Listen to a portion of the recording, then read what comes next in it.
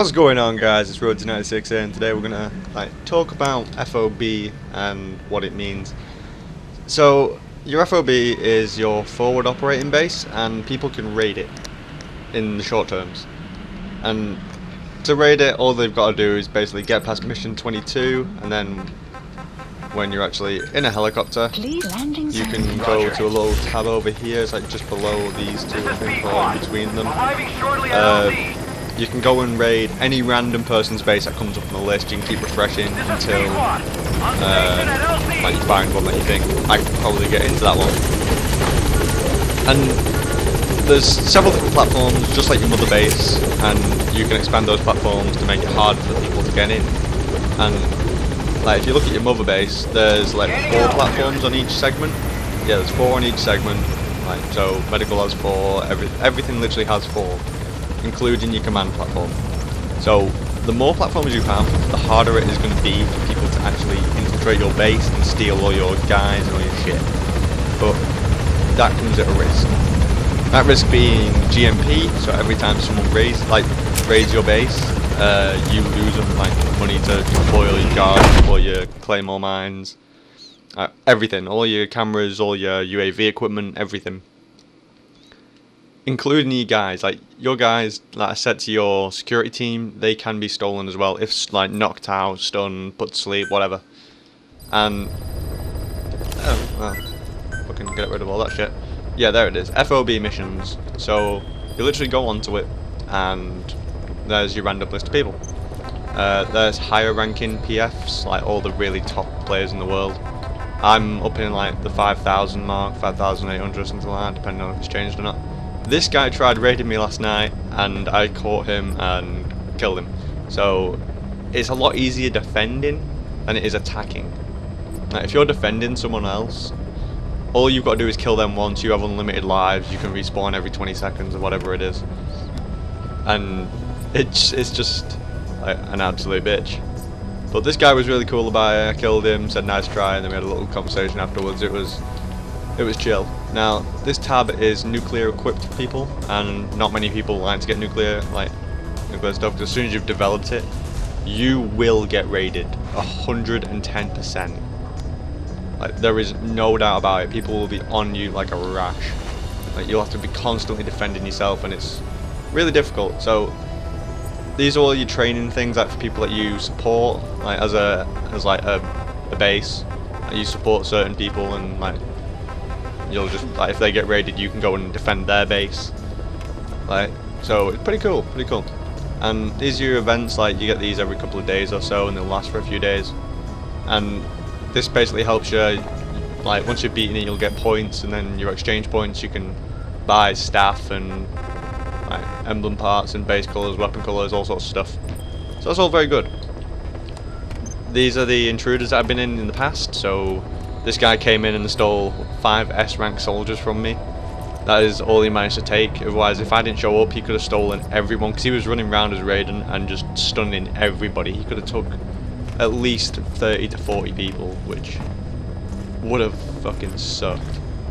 And then you've got your security challenges, which are people who've set their base to, hey, come challenge me, my base is probably strong enough.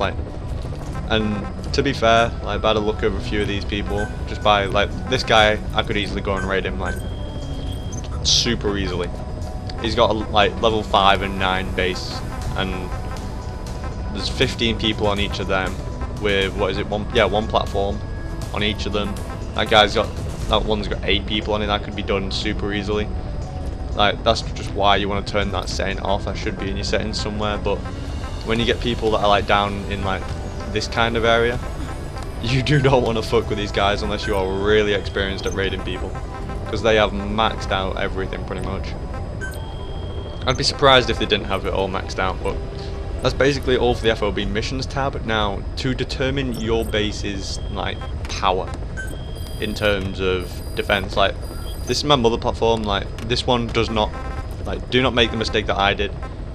Someone's not in my base, are they? No, people have just gone to the brig. Never mind. Yeah, we'll just put the security team on there for a second. There we go. So your base facilities, don't make the mistake I did. I thought this one, being stupid when it first came to me, was the one that was going to get raided, but it's totally not. FOB 1, which I completely just didn't pay attention to. I thought it was just like a extra base just to like have like guards on so you can increase your capacity. No, that's not the case. That is not the case. This is the one that people will be raiding. So I've got 3 out of 4 platforms on everything besides my command platform. So my command platform will be my hardest to raid. But these ones are equally as difficult, mainly because of the fact I've got so many people. I've got 200 security staff, and that levels it up to like 75 or something like that. Yeah, 75. 75 is a pretty high level. Can't develop everything yet because everything takes a bunch. Like I've got the sensors, the anti-theft devices, the security cam, the UA drones, a smoke one as well. And then I've got sneaking for night vision goggles, which I don't use the non-lethal one that much because I like the battle dress for my guys. I like them to be able to take more hits and survive more. But I need loads more common metal, then I'll be able to develop that. Mines, they're a little harder to develop. Like you start off at that, you need level 82, which kind of sucks because you have to grind for that shit. But that's basically it. Now to see like your setup of what you've got going on for your mother base, well your field, like what is it, fucking FOB. Yeah, I've got mine set to non-lethal right now just because I've got night vision goggles just in case someone does come and try to take my shit. But as you can see, I've got 46 and then 35s all down the board. This is the one that the guy raided. Like you can see the defense log down there, and from point to point you can see what he did, like, which is really good for like watching what happens. Like you can see where he's running around to and whatever. Like he ran in, he got detected, and then like he stuck around the area for a long time, like a ridiculously long time. He made it through my first area really easily, but I think that's because of the way I've got it set up. But you can literally see the point where I come in and then what happens throughout like the period of time there. It's really good to like see that, just so you know what is going on, where it all went wrong, what your weak points are. But you can also see how your weak points like kind of work in your base by just jumping into your own training on your own platforms, going through, and there you go. You can see I arrived just there, 8 minutes 19 in. Like I was busy doing my own training thing at this time, which kind of sucked because I didn't realize I didn't even see it going on until I got into like out of my own training thing to see if my base was set up right. And intruder detected. Like you can read it all. Like eventually I did kill him, so it didn't take much time. I think I died once. Well, he extracted me once, and then I killed him from there on. But with each of these, you can go in depth on it, and your basic setting, like you can change the preparedness level for it, and the preparedness level means how many people are going to be there already. I personally use the highest one because I have pretty much maxed out my GMP like 4 or 5 times now. But it's all depending on what you want. Like I'm pretty sure if you have it on like low setup, if you get caught, reinforcements will constantly keep coming until you've like got to the highest amount of people that you can spare.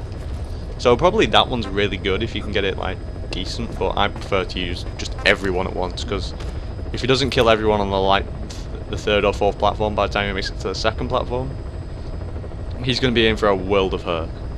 Like he's going to get people coming from the platform he's on, the platform ahead of him getting ready for him, like snipers if you're using them, and then the platforms behind him are going to try and come up after him, which is going to suck. So I'm just going to quickly set mine to that, apply it to all platforms. And then you've got your advanced settings, so you can specify where you want people spawning on specific decks.